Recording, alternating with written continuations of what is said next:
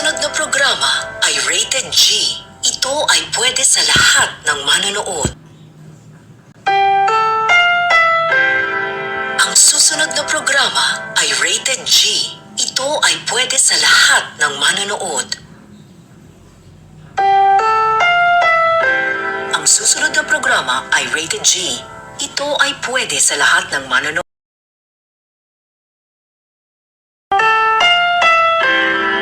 Ang susunod na programa ay rated PG. Ito ay nangangailangan ng patnubay at gabay ng magulang para sa mga batang manonood. Ang susunod na programa ay rated PG. Ito ay nangangailangan ng patnubay at gabay ng magulang para sa mga batang manonood. Ang susunod na programa ay rated PG. Patnubay at gabay ng magulang ay kailangan sa mga batang manonood. Ang susunod na programa ay rated SPG.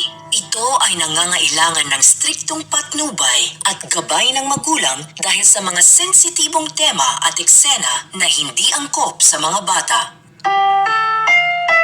Ang susunod na programa ay rated SPG. Ito ay nangangailangan ng striktong patnubay at gabay ng magulang dahil sa mga sensitibong tema at eksena na hindi.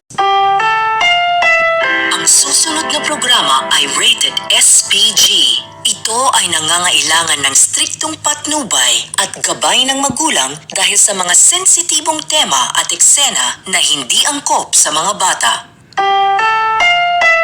Ang susunod na programa ay rated SPG. Ito ay nangangailangan ng striktong patnubay at gabay ng magulang dahil sa mga sensitibong tema at eksena na hindi lengguwahe, karahasan, sexual, horror o droga na hindi angkop sa mga bata. Dahil sa mga sensitibong tema at eksena na hindi angkop sa mga bata. Ang susunod na programa ay rated SPG. Striktong patnubay at gabay ng magulang ay kailangan. May mga eksenang hindi bagay sa mga bata. Ang programang ito ay rated SPG. Striktong patnubay at gabay ng magulang ang kailangan. Maaaring may masiselang tema, lengguwahe, karahasan, sexual.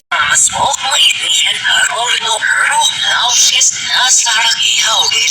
Amay na resi sa mimira ang nangalir nga lupang manyawag na ihawin na mutis. Isip sa area o di nga marmur mo.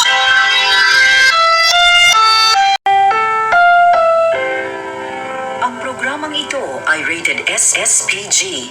Striktong patnubay at gabay ng magulang ang kailangan na hindi angkop sa mga bata. This program is rated SSSE. It contains scenes with or S which may be suitable for children.